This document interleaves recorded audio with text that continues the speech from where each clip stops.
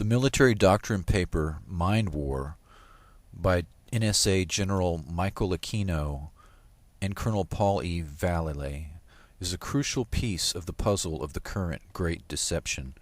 Written in 1980 at the beginning of the Reagan administration, while Vallely and Aquino were working at the Presidio, headquarters of the 7th Psychological Operations Group.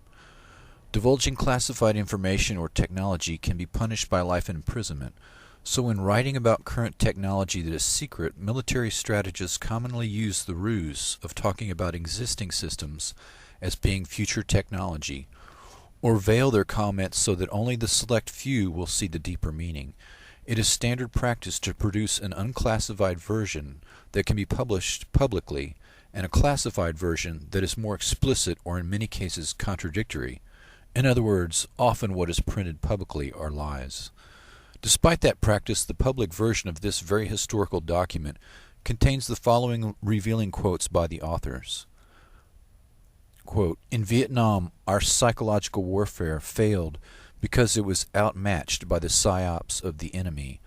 Our Psy-Op did not really change the minds of the enemy population, nor did it defend the U.S. population at home against the propaganda of the enemy.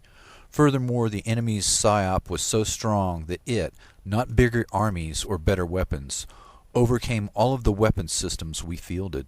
The lesson is not to ignore our own Psy-Op capability, but rather to change it and strengthen it so that it can do precisely that kind of thing to our enemy in the next war for the mind. Psychotronic research is in its infancy, but the U.S. Army already possesses an operational weapon system designed to do what Lieutenant Colonel J.B. Alexander would like ESP to do, except this weapon system uses existing communications media. It seeks to map the minds of neutral and enemy individuals, and then to change them in accordance with U.S. national interests. It must strengthen our national will to victory, and it must attack and ultimately destroy that of our enemy. It both causes and is affected by physical combat, but it is a type of war which is fought on a far more subtle basis as well in the minds of the national populations involved.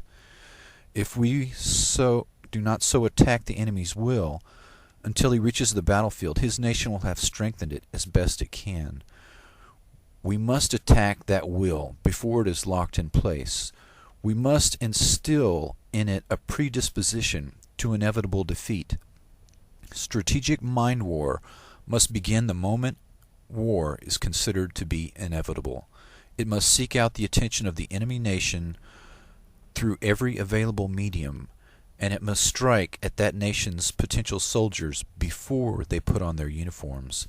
It is in their homes and their communities that they are most vulnerable to mind war. Was the U.S. defeated in the jungles of Vietnam, or was it defeated in the streets of American cities? In its strategic context, mind war must reach out to friends, enemies, and neutrals alike across the globe, neither through primitive battlefield leaflets and loudspeakers of Psy-Op, nor through the weak, imprecise, and narrow efforts of psychotronics, but through the media possessed by the U.S., which have the capabilities to reach virtually all people on the face of the earth. For the mind is to believe in its own decision. It must feel that it made these decisions without coercion. Coercive measures used by the operative consequently must not be able to be detected by ordinary means. There is no need to resort to mind-weakening drugs, such as those explored by the CIA. In fact, the exposure of a single such method would do unacceptable damage to mind war's reputation for truth. Existing Psy-Op identifies purely psychological factors which suggest appropriate idioms for messages. Doctrine in this area is highly developed, and the task is basically one of assembling and maintaining individuals and teams with enough expertise and experience to apply the doctrine effectively. This, however, is only the sociological dimension of target receptiveness measures. There are some purely natural conditions under which minds may become more or less receptive to ideas, and mind war should take full advantage of such phenomenon as atmospheric electromagnetic activity, air ionization, and other natural conditions under which minds may become more or less receptive to ideas, and MindWar should take full advantage of such phenomenon as atmospheric electromagnetic activity, air ionization, and extremely low-frequency waves. If we do not accept Excalibur, then we relinquish our ability to inspire foreign cultures with our morality. If they then desire moralities unsatisfactory to us, we have no choice but to fight them on a more brutish level." End quote. The following footnote to ELF is included. Extremely low frequency waves. ELF waves are up to 100 Hz and are more naturally occurring, but they can also be produced artificially, such as the Navy's Project Sanguine for submarine communication. Extremely low frequency waves are not normally noticed by the unaided senses, yet their resonant effect upon the human body has been connected to both physiological disorders and emotional distortion. Infrasound vibration, up to 20 Hz, can subliminally influence brain activity to align itself to delta, theta, alpha, or beta waves, inclining an audience toward everything from alertness to passivity.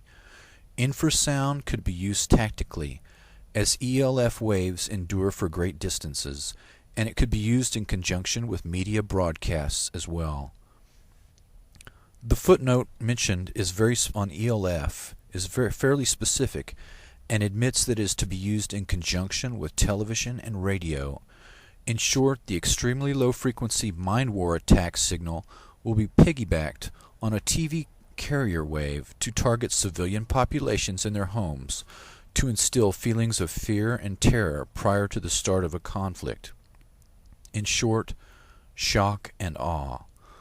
The power of extremely low frequency to change the mood and thoughts of enemy populations was well understood by the U.S. Psy-Op forces, and to General Aquino and Colonel Vallely as in particular.